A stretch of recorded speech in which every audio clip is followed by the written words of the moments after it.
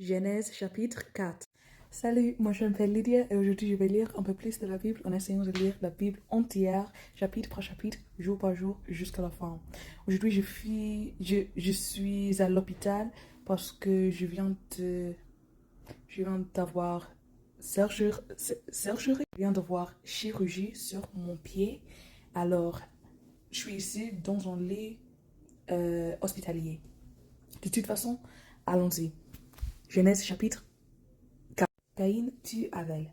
L'homme s'unit à Ève, sa femme. Elle devient enceinte et elle met au monde Caïn. Puis elle dit, avec l'aide du Seigneur, j'ai donné la vie à un petit homme.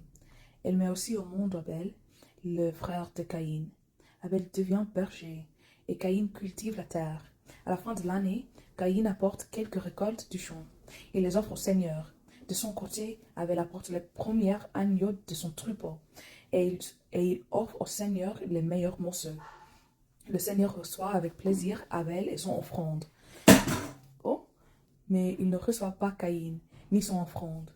C'est pourquoi Caïn est très en colère. Son visage devient sombre de tristesse. Le Seigneur dit à Caïn, tu es en colère et ton visage est triste. Pourquoi? Si tu agis bien, tu peux te remettre debout. Si tu n'agis pas bien, le péché est comme un animal couché à ta porte.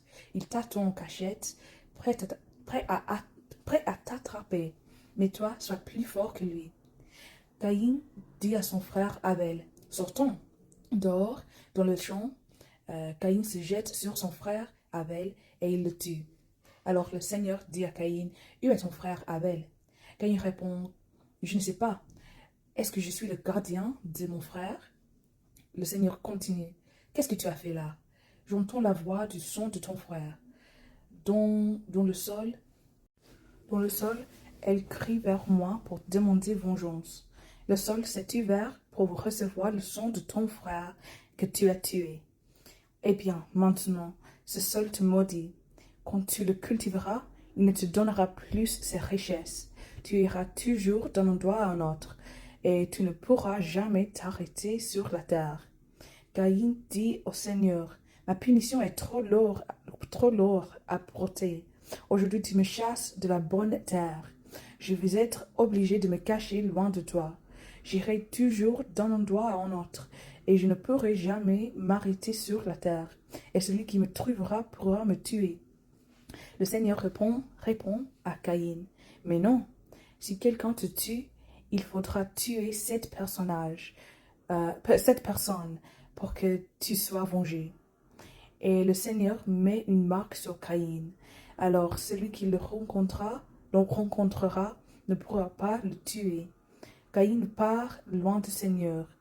Il va habiter au pays de Nod, à l'est d'Éden. La famille de Caïn.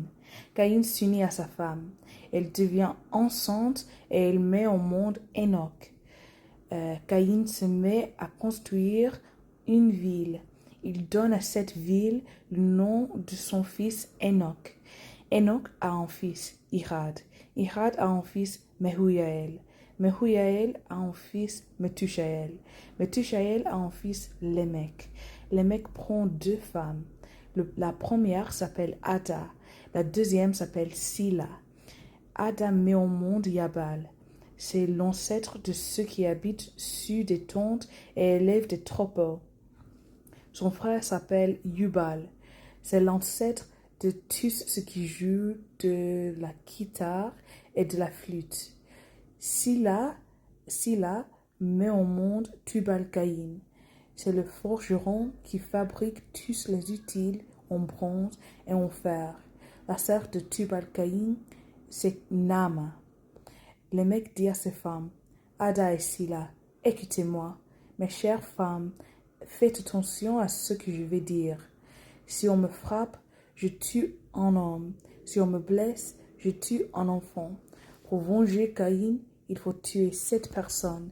Pour me venger, il faudra en tuer 77. Oui.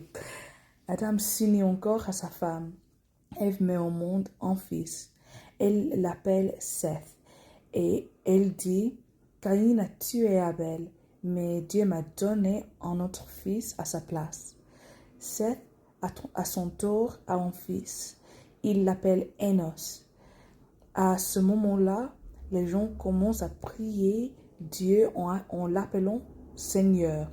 C'était trop difficile à dire, mais merci de m'avoir écouté aujourd'hui, de lire la Bible avec moi et de supporter mon accent, ma vélocité, ma prononciation et mes beaucoup d'erreurs. Waouh! Aujourd'hui, c'est très difficile à parler français. Mais de toute façon, merci de nouveau et que Dieu vous bénisse beaucoup aujourd'hui et demain.